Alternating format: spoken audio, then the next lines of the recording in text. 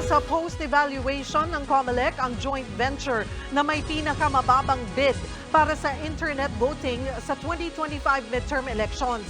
Kapag pumasa, target ng poll body na simulan na ang online registration ng overseas voters sa Disyembre o Enero ng susunod na taon.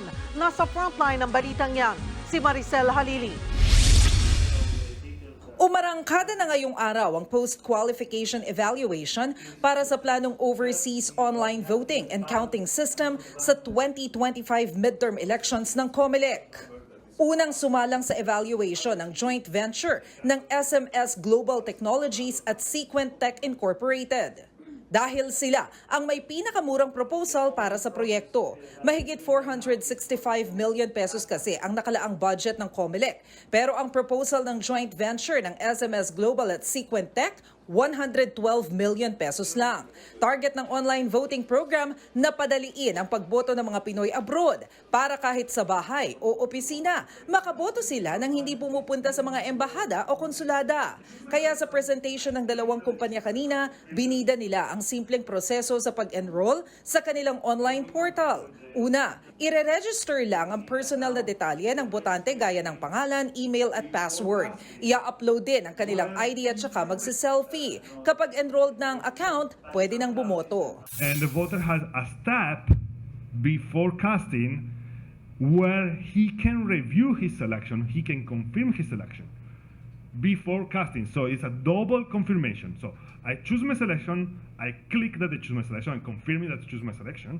Then I'm going to a review page where I review my selection and say, okay, I reviewed 2 times, now I confirm and I cast my ballot. Pagtitiyak naman ng COMELEC, hindi madadaya ang pag-enroll ng account dahil mabe-verify ito ng sistema ng COMELEC base sa mga nakarehistro sa kanilang OFW. Kaya sa mga nagbabalak mameke ng ID o gumamit ng artificial intelligence, wala raw lusot.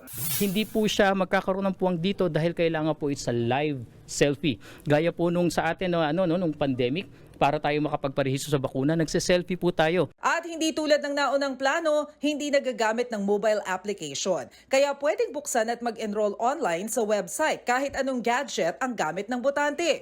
Sakaling makapasa sa evaluation, ang joint venture ng SMS Global at Sequent Tech, iaakyat na ang proposal nila sa COMELEC Bank. Kapag inaprubahan, sa kanila ibibigay ang kontrata para sa internet voting service. Kapag hindi pumasa, magkakaroon ulit ng post-evaluation kung saan ang second lowest bidder naman ang isasalang. Target ng COMELEC matukoy ang mananalong provider sa loob ng 4 na linggo. Ito ay para masimulan na ang enrollment ng mga botante sa Disyembre o Enero ng susunod na taon.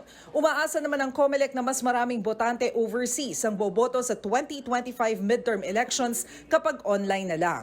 Lalo't noong 2022 elections, wala pa sa kalahati ng mga registered overseas voters ang bumoto. Sana mapantayan yung local voting natin. Kung umabot po tayo ng 84% dito, sana man lang umabot tayo ng 70 to 80%. Napakalaking bagay na po yun. Nagbabalita mula sa Frontline, Maricel Halili, News 5. Mga kapatid, Cheryl Cosim po, huwag maging huli at maging una sa lahat sa balitaan. Para sa tuloy-tuloy na talakayan sa Frontline, mag-follow at mag-subscribe sa social media pages ng News 5.